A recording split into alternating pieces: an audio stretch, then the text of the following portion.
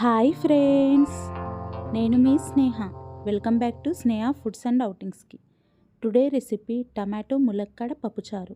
ఎంతో టేస్టీగా సింపుల్గా ఈ పప్పుచారుని ఎలా ప్రిపేర్ చేయాలో ఈ వీడియోలో చూసేద్దాం. అంతకంటే ముందు నా ఛానల్ని ఎవరైనా కొత్తగా చూస్తున్నట్టయితే ప్లీజ్ సబ్స్క్రైబ్ చేసుకోండి. అలాగే పక్కనున్న బెల్ ఐకాన్ని ప్రెస్ చేయండి.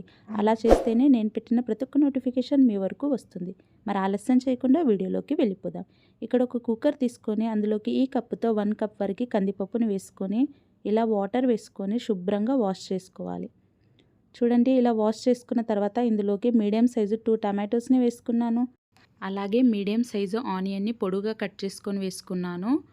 3 పచ్చిమిర్చిని వేసుకున్నాను. అలాగే పావు టీ స్పూన్ వరకు జీలకర్ర, పావు టీ స్పూన్ పసుపుని వేసుకొని ఇలా వాటర్ వేసుకొని కుక్కర్ మూత పెట్టేసుకొని ఇప్పుడు పప్పుని ఉడికించుకుందాము. ఇలా స్టవ్ ఆన్ చేసి స్టవ్ పైన ఒక కుక్కర్ పెట్టుకొని 3 to 4 విజిల్స్ వచ్చే వరకు పప్పుని ఉడికించుకోవాలి. చూడండి, ఇలా పప్పు ఉడకగానే స్టవ్ పైన నుంచి తీసి మూత తీసి చూద్దాము. పప్పు అనేది అయితే చాలా బాగా ఉడికింది. ఇప్పుడు ఒక స్పూన్తో బాగా మిక్స్ చేసుకోవాలి. ఈ పప్పుని రుబ్బుకోవాలి. ఇలా బాగా రుబ్బుకున్న తర్వాత ముందుగానే నానబెట్టుకున్న చింతపండు రసాన్ని ఇందులోకి వేసేసుకుంటున్నాను. అలాగే పావు టీ స్పూన్ వరకు పసుపును వేసుకుంటున్నాను. ఆల్రెడీ పసుపు వేసుకున్నాం కాబట్టి చూసి వేసుకోండి.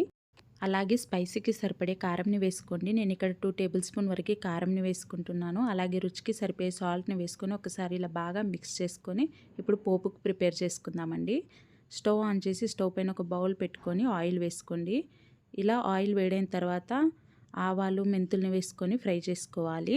ఇప్పుడు ఇందులోకి ఆనియన్స్ని వేసుకుంటున్నాను. ఆనియన్స్ అనేటివి ఆప్షనల్ అండి, కావాలంటే వేసుకోండి లేదంటే స్కిప్ చేసేయండి. ఆల్రెడీ మనం పప్పులో వేసాం కదా. ఇప్పుడు ఇక్కడ ములక్కాడల్ని వేసుకొని ఇలా ఫ్రై చేసుకోవాలి.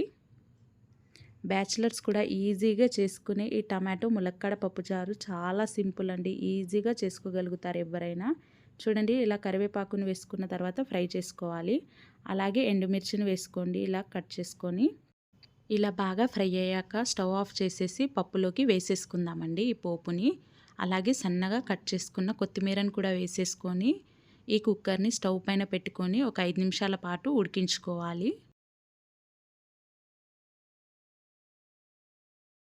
పప్పు నుండి ఆయిల్ అంతా సెపరేట్ అయ్యే వరకు ఇలా ఉడికించుకోవాలి. చూడండి, ఆయిల్ అనేది ఇలా సెపరేట్ అయ్యిందో ఇప్పుడు ఇందులోకి వాటర్ యాడ్ చేసుకోవాలి.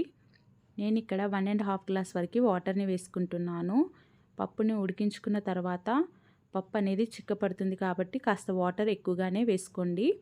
ఇలా వేసుకొని ఒకసారి ఇలా బాగా మిక్స్ చేసుకోండి. చూడండి, పప్పు అనేది ఈ కన్సిస్టెన్సీలో ఉంటే సరిపోతుంది.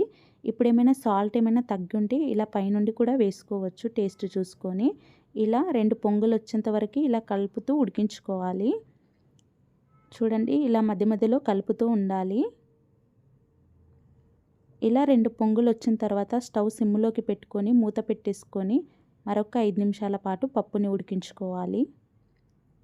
అంతే అండి, ఇలా స్టవ్ ఆఫ్ చేసేసి పప్పు ఉడికిందో లేదో చూసేద్దాం. చూడండి, ఇలా మూత తీసి చూస్తే పప్పు అయితే చాలా బాగా ఉడికింది. ఈ పప్పుచారులోకి వేడివేడి రైస్ వేసుకొని తింటే ఆ కాంబినేషన్ సూపర్గా ఉంటుంది. ములక్కాడలు కూడా ఇంత సాఫ్ట్గా ఉడికాయో చూడండి. ఇలా ఒక ప్లేట్లోకి సర్వ్ చేసుకుంటే వేడివేడి టమాటో ములక్కాడ పప్పుచారు అయితే రెడీ. ఈ వీడియో మీకు నచ్చింది అని అనుకుంటున్నాను. మీకు కనుక నచ్చినట్టయితే please do like, share and subscribe Sneha foods and అవుటింగ్స్కి. అలాగే పక్కనున్న బెల్ ఐకాన్ని ప్రెస్ చేయండి. అలా చేస్తేనే నేను పెట్టిన ప్రతి ఒక్క నోటిఫికేషన్ మీ వరకు వస్తుంది. Thank you.